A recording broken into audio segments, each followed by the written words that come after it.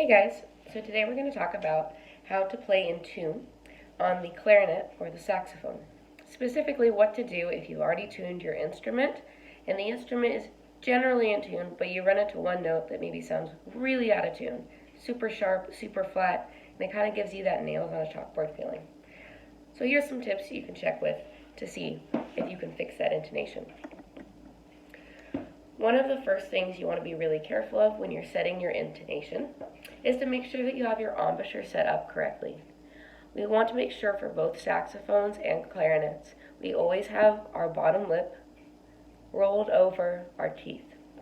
When we go and set our embouchure, it's really important, even though we are pulling our lips tight around the mouthpiece to make a seal so that no air gets out, we don't want to bite down on that reed. What that will do is it will pinch it, and it will make it go sharp. So if I set my embouchure the right way, the way I like to think about it is I smile, like my mom said, we're taking a family picture, cheese. I'm going to hit the top of the instrument against my top teeth, and then I'm going to wrap my bottom lip around my bottom teeth, and just very gently close. I don't need to be biting down to create a good seal. What I need is for my lips to be tight. This really has nothing to do with what my teeth are doing. My teeth just happen to be there. So first thing, set your embouchure up, smile, close your lips, but make sure you're not biting. This should get you a nice in-tune sound.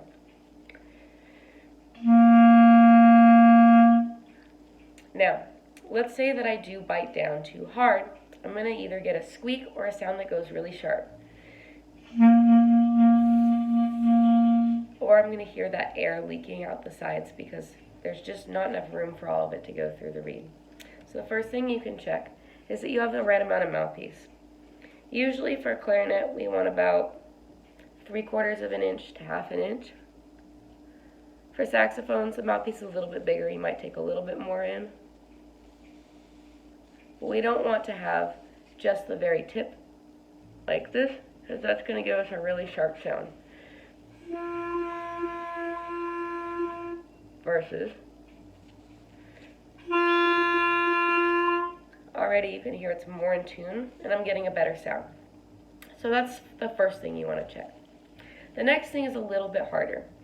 For both clarinets and saxophones, where we put our tongue in our mouth is really important.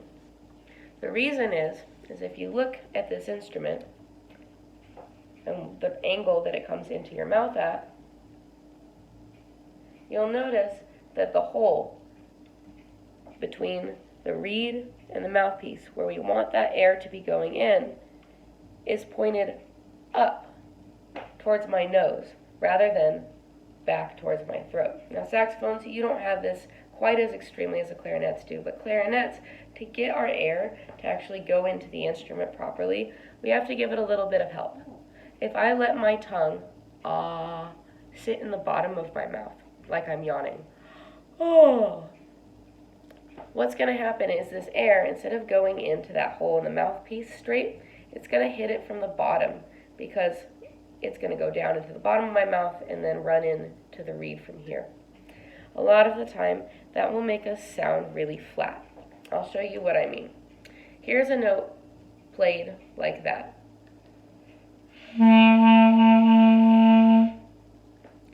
If I don't do that, and I hold my tongue high in my mouth, you notice it almost sounds like I'm playing a different note. So the most important thing for our tuning to start with is to make sure we get our tongue in the right place, and here's how we're going to do that. I want you to think of the word E. If you think of the word E, you'll notice that the back of your tongue, back here by your molars, goes E, up in your mouth. That's the first step. That's going to take that air that's coming out of our esophagus and shoot it up into the top of our mouth. But we also want to be able to raise the front of our tongue so that, again, the air doesn't dip down before it hits the mouthpiece and come up at the wrong angle. So we want to think of two words. Think of the word E, which will raise the back of your tongue, and then I want you to think the word to. When you say to, your tongue has to come up and touch right here where your gums and your teeth meet.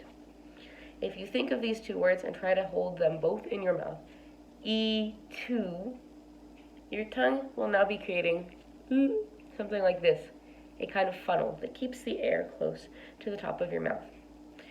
This is the position we need to have to get our notes in tune. So first things first, if you notice you've got flat notes, which is usually the problem younger players have on these instruments, check and really think about what your tongue is doing inside your mouth. I know that sounds weird, but it's really important for these instruments.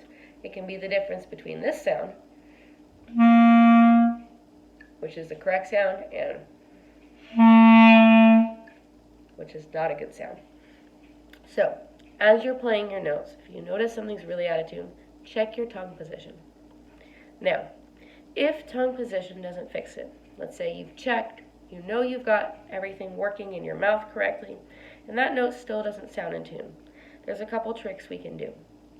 The easiest one is to bring your instrument either a little bit closer to your body or a little bit farther away from your body.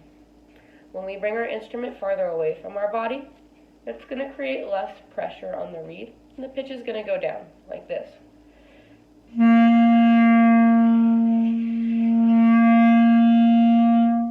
Now, you'll notice that I lost the sound at the end of my extension there.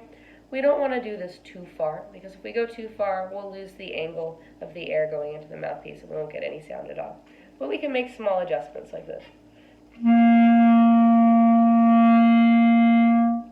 We can also do the opposite if we need our instrument to get sharper, and pull the instrument a little closer to our body to make a tighter angle for the air to go in, and that will cause our pitch to go up.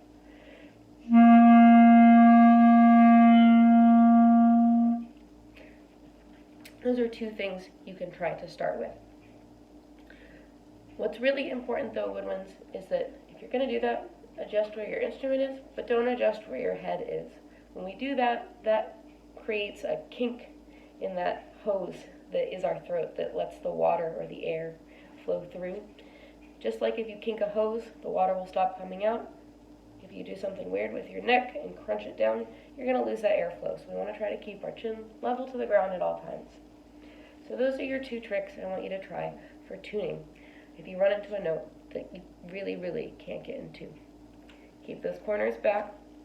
Don't bite down too hard here. And make sure that your tongue is raised in your mouth by thinking E2. And funnel that air in so it goes right in to the hole on the top of the mouthpiece. Okay, good luck. Happy tuning.